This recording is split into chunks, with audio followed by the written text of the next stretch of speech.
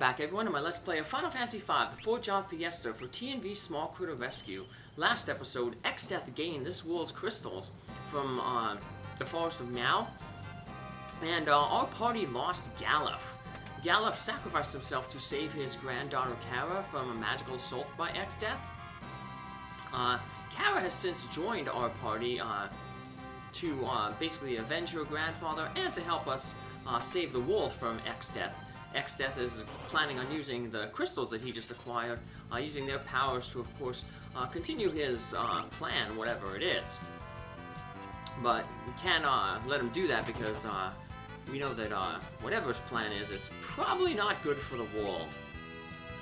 So, we're here at Exdeath's castle. He retreated here after getting those crystals.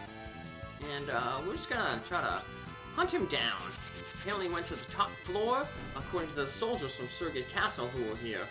They didn't stand a chance against him, but hopefully we will, so. Cara comes equipped with all of Galuf's abilities. He used his last power to transfer all his skills and knowledge to her, so it's not like we're starting with a brand new party member. She basically is Galuf with a few stat alterations. She's a little bit of a better wizard than Galuf, a little less of a physical fighter. But for the most part, she's just basically the same placement as Galuf, so. We got a bunch of new enemies here. I was surprised in the last battle there that TNV missed that blind wolf with the fire sword. The blind wolf is weak to fire, so that should have instantly killed him. I never saw a character that was weak to an item and should have been instantly killed survive. So now the twin lizards there, they are weak to ice, so we can defeat them with one hit with the ice sword, ice 3 sword. There's quite a few other enemies that are also weak to some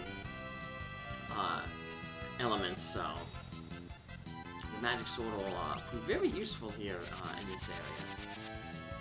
Now these Rage bunnies, they're kind of annoying because they're kind of like those poor boss bosses that were guarding the one meteor. They, if they're defeated, the last thing they'll do when they're defeated is they'll cast Life 2 and bring one of their allies back to life. So they can be annoying, but as you saw there, if they are charmed or controlled with the Tempting Tango and they just defeat themselves, they won't do that, so. You have these twin lizards that you saw in last episode, or last battle, they are weak to ice. So we can just use the magic sword ice 3, finish him off. Gale's doing pretty good, especially coming up on the next floor. We're going to run into these dragons that are weak to wind, so the Gale Cut will do a lot of damage to them, and they're also weak to poison, so we can use the Bio Sword to instantly defeat them.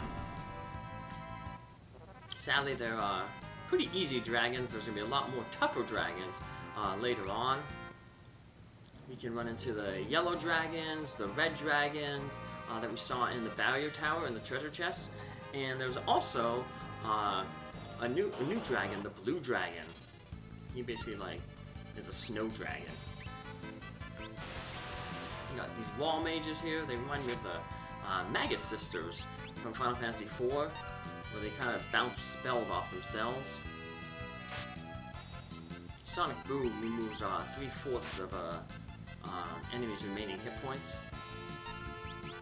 So for the most part, at this point in the game, most of the time it's just basically like the weak spell. It's just gonna put them into one-shot range.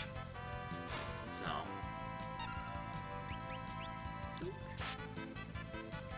almost done, and we finish it. Too bad they don't drop reflect rings.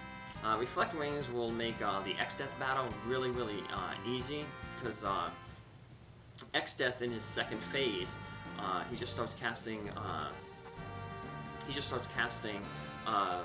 like level 3 elemental spells, and with the Reflect Ring, you can just bounce them back. Now we have the white mages, so we can use the Reflect spell. But remember, the Reflect spell doesn't last all battle. It wears off after a while. Where if you had a Reflect Ring, the Reflect Ring would keep the Reflect status up the entire time. So we ran into a dead end, and we don't know what's going on. But Cara basically implores her grandfather, Galuf, to help. And Galuf's going to help by coming and visiting his old friend Kelgar here. Kelgar is the last warrior of Dawn to still be alive. And yeah, he said it's time for him to take a rest. And he, like Galuf, Dorgan, and Ziza before, he is going to basically sacrifice himself. Well, Dorgan didn't, but Ziza did and Galuf did. So he is going to sacrifice himself and then in order to help defeat Exdeath. And his contribution is going to be shattering the illusion that Exdeath's castle is basically under right now. Yeah, there's no, what should I call it, Charm of Rubus, like in Dragon Warrior 2 to lift the illusion. It's going to take Kelgar and all his remaining power to break down the illusion. And then, like, it's, Exdeath's castle is going to turn into this creepy, like a body type thing. It's the best way I can describe it. It looks like you're like inside like a person. So, and it's not like a cool dungeon like Key's body in Final Fantasy Legend 2. Yeah, it's gonna get like all gross. Luckily for us though, one of the most annoying aspects of this dungeon is the damage tile, floor tiles. And because we have Geomancers, we don't take damage from those damage tiles. The damage tiles tend to take off like 50 hit points per step in them, which you'll see is a lot of hit point drainage that we don't have to worry about because, once again, the Geomancer has that safe passage ability where they do not take damage on damage tile floors. So yeah, it's basically those to the right and left there, we just passed through. There's those like pinkish reddish floor tiles. That's basically like, I guess it's lava or something like that, or stomach acid or something. So we can run into a bunch of new enemies here, but we tend to run into big groups of enemies, so I'm only going to give the stats when I run into a smaller group. So I'm not spending a whole bunch of time fighting groups. And you can run into groups of like 5 monsters here. Or you can just run into monsters solo. So there's the magic dragon here, weak against poison, so, and wind. And Faris has that air lancet, which is a wind elemental. So with the sword dance, instantly wiped it out. One of the popular battles you can get in here is 3 of those magic dragons, an A-Rise monster, and a blind wolf. You want to take out the A-Rise monster first, because even if it uses Life 2, there'll be no targets for it to cast Life 2 on. And then you can use your poison magic sword to instantly defeat the magic dragons. And by then, different terrains that you're using should be able to wipe out the blind wolf. They are weak to fire, though. So, and we have these adamant golems, and they are weak to lightning, and they're also weak to items that remove petrification. Remember, we were told that back in the first world. Monsters made of stone, adamant is a stone, don't like getting hit with soft potions. If you do, instantly defeats them. It's a good way to just wipe out those adamant golems. Yeah, quite a lot of job points here, so that's going to be good. So, Gale Bow, good for archers, but we don't have any of them, so I think I had them 2 festivals ago. As you can see, there's quite a few places where you have to step into the like lava, stomach acid. Another good thing about the Geomancers that helps in this dungeon is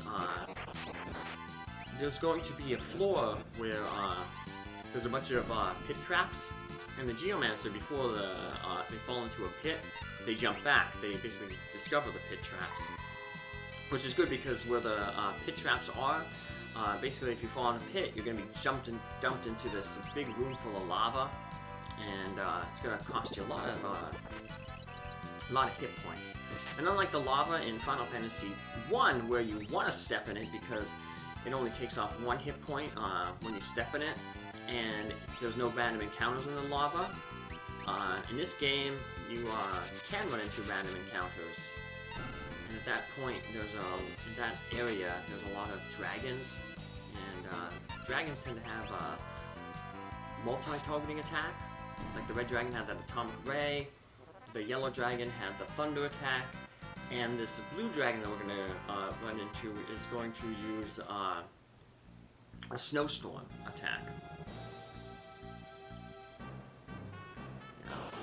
Oh, you got that ice shield. That's good. That would just like the flame shield. If we get hit with a fire attack, that would the flame shield gives us hit points. If we had the ice shield, if we got hit with an ice attack, that would give hit points there. So we get a bunch of elemental shields. This is an interesting battle. We have these Bandal Cores and Blind Wolf, and both of them are weak to fire. So we just cast the Fire 3 spell on our swords or knives in Faris' case, and then we can take them out pretty easily. Oh, they just wounded Lenna, but that's alright. We'll get her back on her feet. Instant death to the Blind Wolf. Another instant death to this Blind Wolf. And then Faris can take out the Bandal Core while TNV revives Lenna. We just have Cara do it. And TNV can finish it off. There we go. Don't. Those Bandal Cores can be really annoying because, similar to the Bandal Core enemies in Final Fantasy 4, if you don't defeat them in one hit, they can counterattack, and one of the counters they can use is that blaster attack. They can instantly defeat your characters, so we got a free eye drop from those Blind Wolves, so as we use it to cure up Lenna. This is a big dungeon, so there are 2 save points in it, so you could, not really worry about using your magic points, because we are going to come to a save point pretty soon, but I'm still trying to conserve, so this is a very annoying room. If you want to get all the treasure, basically you have to step on this sculpt tile, and it moves the bridge around, and if you stop the bridge at one of the pillars, it'll summon a monster. It could be either an imp monster, the Gargamish monster from War's Castle, an abductor monster that was from that tried to capture our characters when we first got to this world, and then there's another type imp monster that you normally don't run into until much later in the game, but you can run into it here.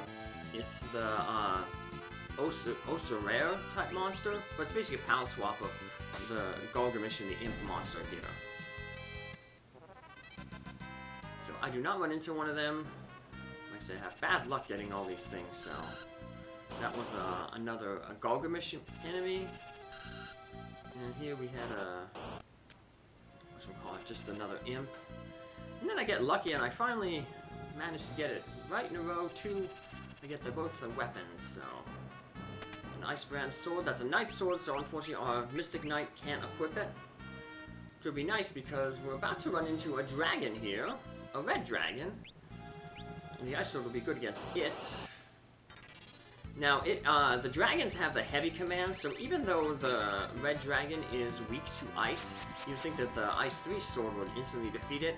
Because it has a heavy status on it, it doesn't instantly defeat the red dragon.